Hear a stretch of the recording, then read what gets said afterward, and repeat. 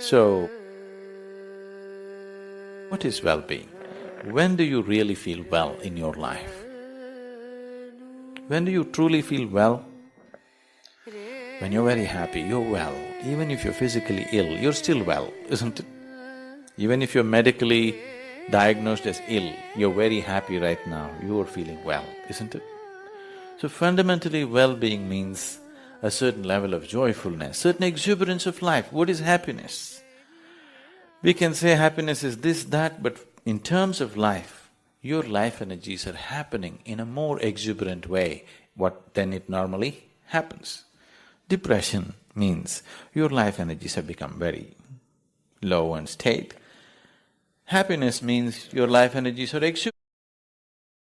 There are many ways of describing happiness, but only those who are happy know what it means to be happy. There is nobody who has not been happy. Everybody's been happy, but the problem is they're not able to maintain it, that's all, isn't it? Everybody's been happy. In the last 24 hours, how many moments of joy have you known? 1, 2, 3, how many? Maybe you can count on your fingers. Many people have nothing to count. When you were 5 years of age, a child, how many moments of joy did you know in 24 hours? Lots of them, isn't it? Somebody had to make you unhappy. Now somebody has to make you happy, isn't it? The whole equation has gotten reversed somehow. All this effort of life, everything that you did, education, career, business, family, whatever you did, everything was in pursuit of happiness, is it so? Everything that humanity has done on this planet is in pursuit of happiness, is it so? In the last 100 years, we have done too much on this planet. With the use of science and technology, we have changed the very face of this planet. Today, we have the kind of comforts and conveniences that no other generation could ever even imagine. Yes?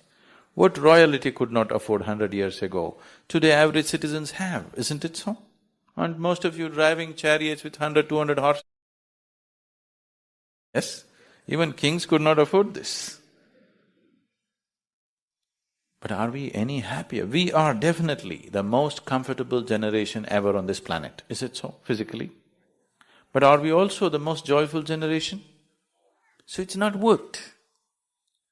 Science and technology has brought enormous amount of comfort and convenience to our lives.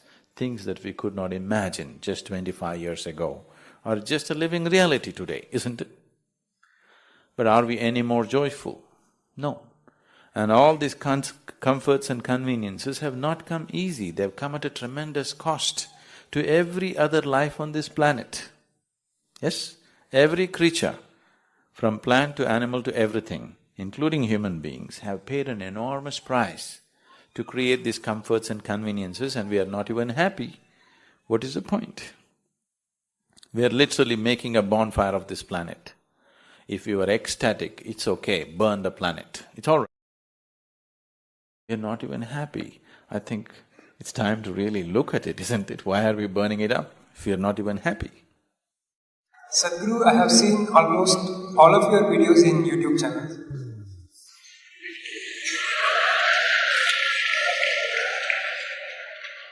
I feel totally familiar with most of the things that you talk in the videos.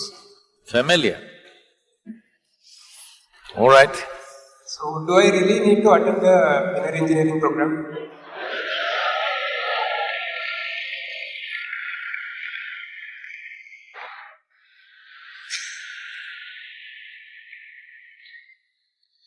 It once happened.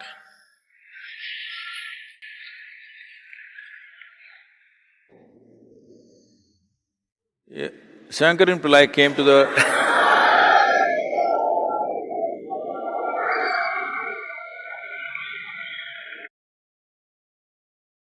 Shankaran Pillai came to the Mahamudra restaurant in Isha Life, Chennai.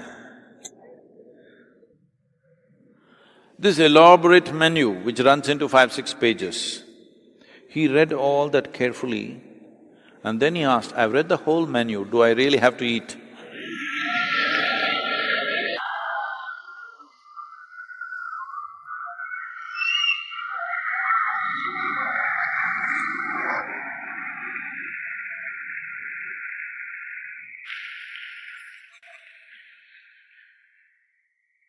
You know there is a difference between reading the menu and eating and digesting the food, enjoying the taste, digesting it, getting the nourishment into your body, there is a difference.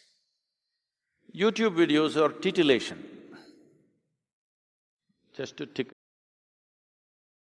Because the world is not in a condition of sensitivity to life where they would naturally see the need to look for something profound.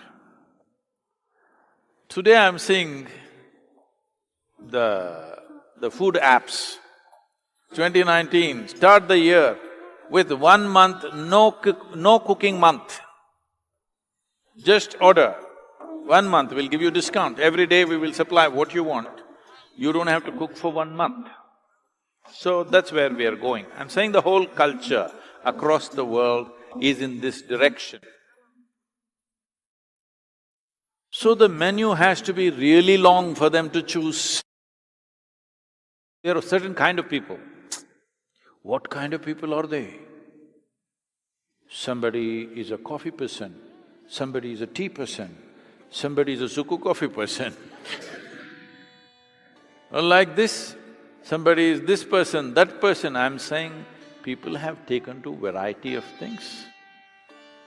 So we are writing about coffee also, about tea also, about headache also, about mysticism also, about spiritual process also, about death also, about life also, because it takes such a long menu today to get everybody's attention.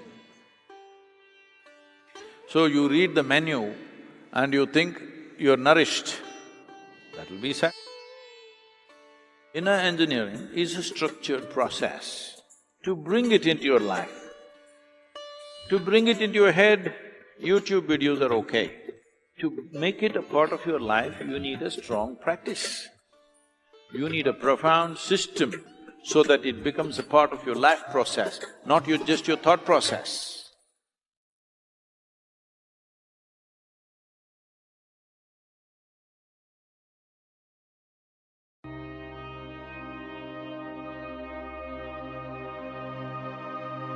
You are God, they don't care a damn.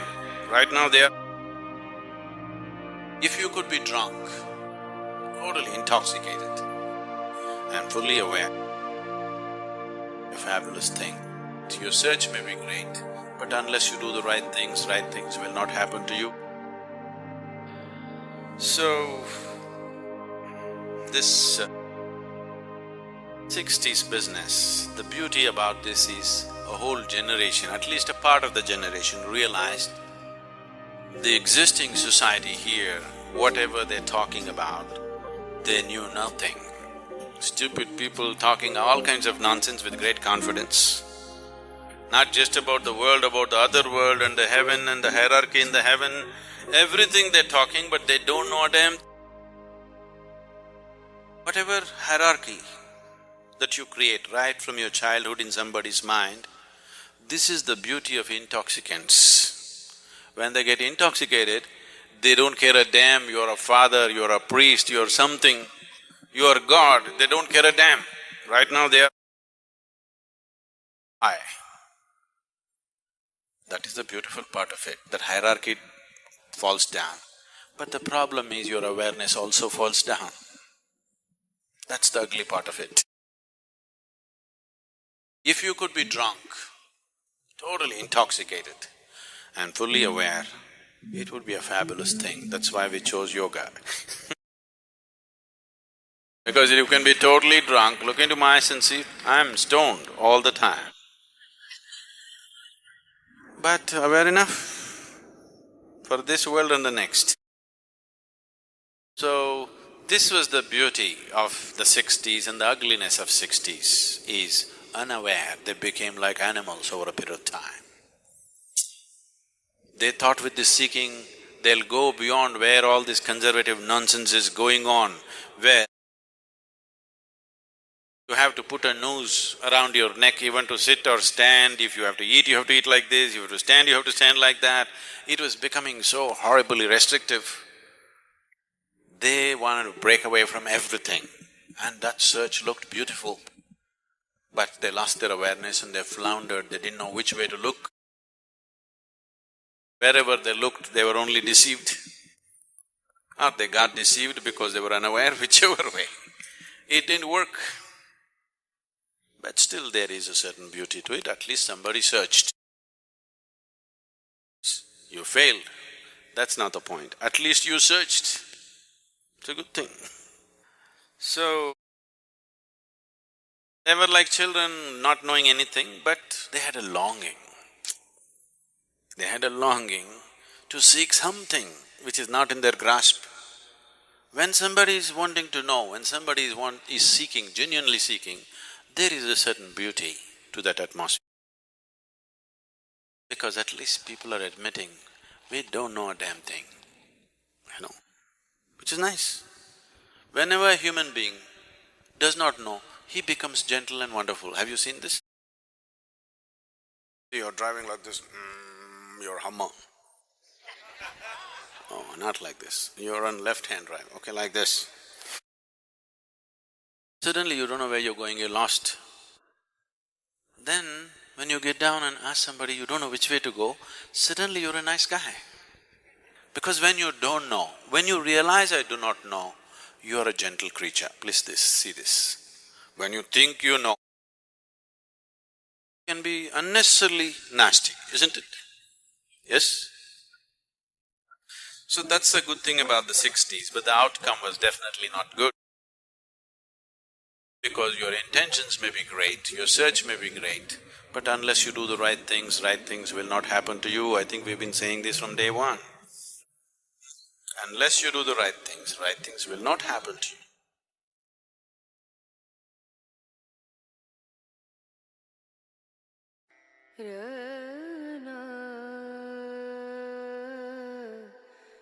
How can you achieve or be more than the one? If you have to enter a dimension beyond the physical, a perception beyond the five senses have to be opened up. These five sense organs open up in you. The moment you crawl out of your mother's womb, five senses open up because they're needed for survival. If you did not have them, you would not know how to survive. Survival process opens up for you naturally. Suppose as a little infant you were lost in the jungle. If something edible came in front of you, would you take it and shove it into your ears? Or into your nostrils? You would definitely know where to put it, isn't it? Nobody taught you. Nobody need to instruct you, this is the way to eat, but it'll go right here, isn't it so? So things that are necessary for your survival, it does not need any training, it does not need any striving from your end. It's inbuilt. But would you know how to read, how to write, how to do so many things that you're naturally doing today? No, because all these things need striving.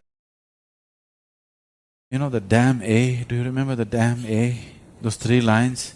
When you are 3.5 years of age, they try to make you write it, the damn A. How complicated it looked. Yes or no? Even now, there's an adult who never was taught how to read and write. In some village, you try to teach him the damn A. How he struggles even today as a grown-up adult. Because anything beyond survival will not enter your life unless you strive for it. But what is needed for survival opens up without any striving. So, if a dimension beyond the physical has to enter your living experience, a little striving is needed. But because it's in a completely different direction, all your sense organs are outward bound. Please see this. You can see what's around you. You can't roll your eyeballs inward and scan yourself. You can hear that? So much activity in this body. Can you hear that? No? Even if an ant crawls upon this hand, you can feel it. So much blood flowing. Can you feel it? In the very nature of things, sense organs are outward bound. But Everything that you experience happens within you. Right now, a simple question. Do all of you see me at least? Am I visible to… because sometimes I'm invisible, you know. Today am I visible? Today am I visible? Please use your hands and show me where am I. You got it totally wrong. You know, I'm a mystic.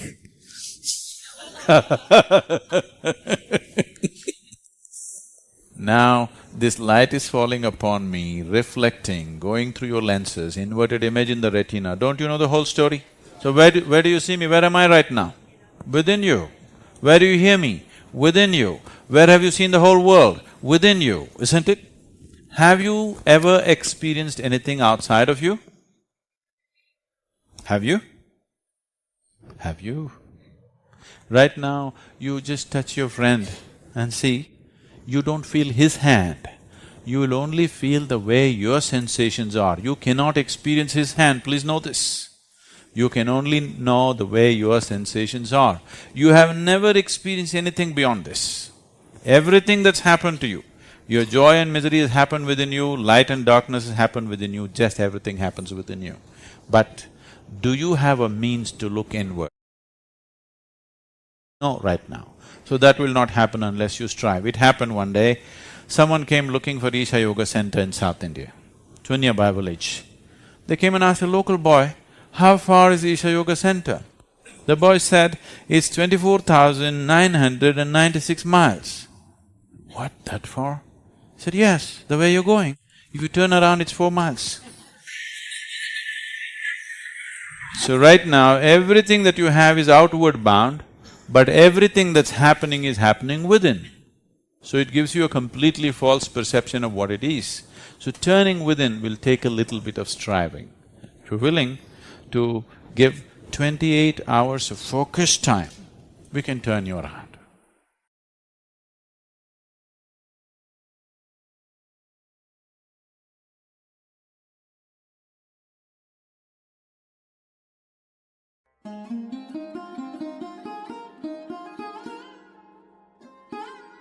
Whenever any disaster happens, whether it happens through HIV or an accident or some other disease or a calamity, whichever way it happens, how it happened is not the issue. Whenever a human being goes through a certain calamity in his life, which has brought about a certain level of suffering and a threat to life, the only thing that you can do is to strengthen yourself, to make yourself capable of dealing with situations. So when it comes, one thing is, society is staying together and helping each other to come out of those situations. When the tsunami happened, everybody is reaching out. I don't understand why they are not reaching out to the HIV situation the same way, with the same vigor. Why not? So in terms of prevention, whatever is being done, but the true prevention only happens out of individual and social responsibility. It is not the medical infrastructure which can do this. The medical infrastructure can assist the society, but social and individual responsibility, more responsible ways of living is what can really change the situation. And above all, for those who have already been affected by the HIV infections, through whatever means, it doesn't matter. First thing is to take away the social stigma attached to it, so that the issue can be handled sensibly without wild emotional reactions to it. And one dimension of rehabilitation, which I feel has not been taken care of, is because if you want to rehabilitate a person from a debilitating situation like HIV infection, it's very important that it is handled on all levels, physical, psychological, emotional and spiritual dimensions of the human being, and of course considering the social aspect. Through yogic systems, we can put the life process to a new gear. We can put the life energies to a new level of vibrance through which the immune system will definitely respond better, and whatever medication that one is taking will be much more effective if this technology could be made use of. This ancient science that has always been in this country has in many ways help people to rejuvenate their systems from various kinds of diseases and life-defeating situations within themselves, both physiologically and psychologically. Though it is not a cure, definitely it could stabilize their system and give them a reasonable span of life. Is Lord Shiva is territorial or the universal? That still question lies on me. The word Shiva means that which is not. That which is physical creation. That which is not physical. That which is not, where can it be? In India or America? Or on this planet? Or in another galaxy, where can it be? It's everywhere. So, there is a dimensionless existence. So we called it appropriately Shiva, that means that. Today modern scientists are saying that nearly 99% of the cosmos is empty. But not that there is nothing, there is something, but it is not. Because our idea of something is, we should be able to perceive through five senses. See, right now what you can see and what you cannot see is this.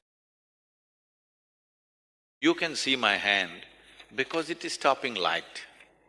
Anything that is not stopping light, you don't see, isn't it? Right now there is air here which you're breathing, which is most vital for your existence, but you don't see it. You don't see the air unless you live in Delhi.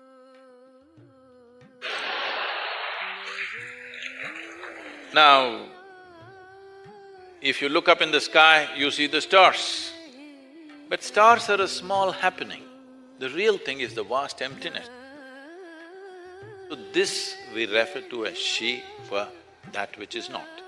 Today modern scientists are saying this vast space has a tremendous amount of energy, but it is not any of the energies that are measurable by us, like electromagnetic waves or weak nuclear energy or strong nuclear energy or electrical systems or microwaves, none of these things.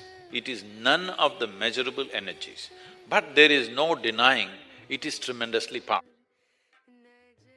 So we said, Shiva means that which is not, and we said it is in the lap of Shiva that creation happens.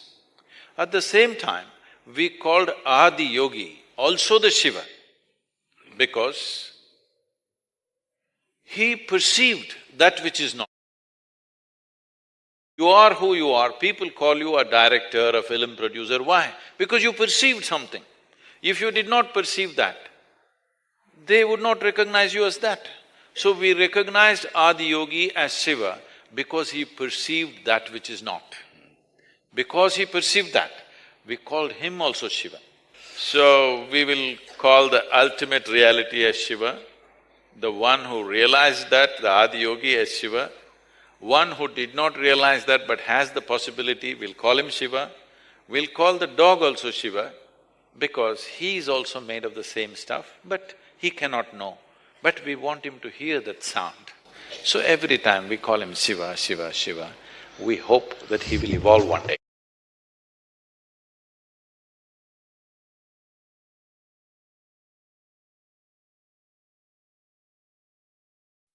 If you stayed until now, if you paused your day to listen, that already sets you apart from most.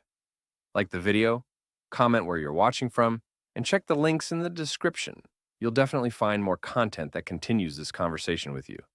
Thanks, big hug, and see you in the next video.